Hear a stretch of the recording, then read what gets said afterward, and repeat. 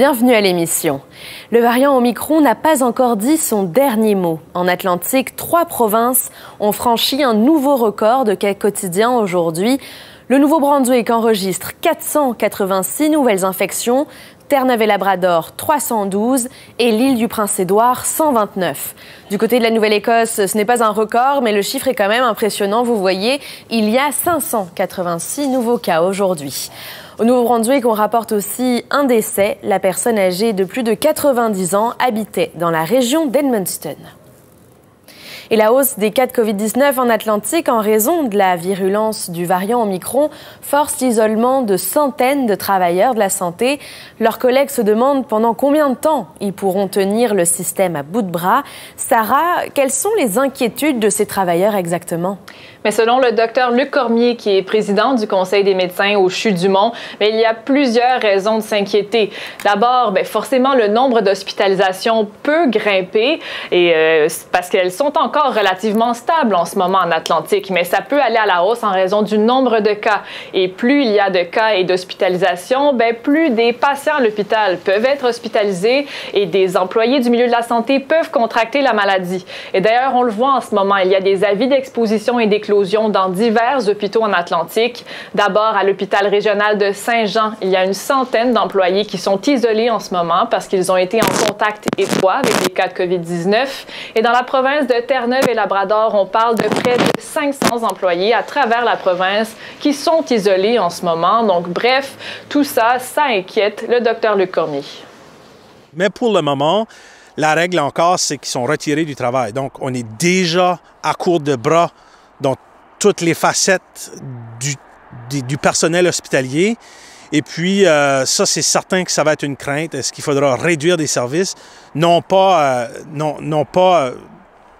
parce qu'on a une vague qui accroît, mais carrément, on n'a pas assez de personnel. Et Sarah, le Québec a annoncé hier que les employés du système de santé pourraient continuer de travailler malgré un diagnostic positif. Alors, est-ce que cette stratégie pourrait être envisagée chez nous, en Atlantique? Les avis sont assez partagés pour le moment sur la question. Il y a la présidente du syndicat des infirmières en Nouvelle-Écosse qui croit que ce n'est pas une bonne idée. Selon elle, il devrait y avoir une autre solution que de risquer la santé des patients.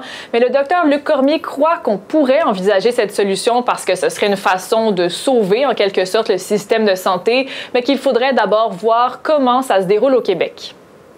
We've spent so much time trying to protect patients. Trying to protect them from COVID, that I just think it's a risk. It's a huge risk. Je pense que ça va faire partie des choses éventuellement, qu'on s'en va vers là. Est-ce que ça va être plus tôt que tard? Possiblement. Je pense qu'on va faire ça à pas de bébé pour que ça soit fait de façon sécuritaire, à la fois pour les gens hospitalisés, à la fois pour le personnel et l'ensemble des soins de santé pour qu'on puisse continuer à livrer des services. Donc, les prochains jours seront certainement déterminants en Atlantique, à savoir si le nombre d'hospitalisations ira à la hausse. Voilà, et on continue de regarder ça attentivement. Merci beaucoup, Sarah. Je vous en prie. Attention, les chaînes spécialisées de Radio-Canada s'adressent à un public plus qu'averti.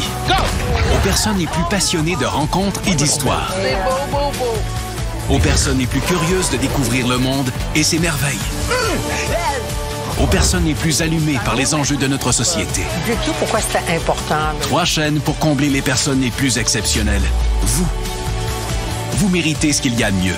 3 chaînes exceptionnelles comme vous. Abonnez-vous. Retour vers la culture, c'est des rencontres avec nos artistes et artisans. En répétition, en coulisses, en studio. Partout où on crée. Découvrez les questionnements, les réflexions. La fébrilité autour de la création. Retour vers la culture dès le 10 septembre, ici, RTV.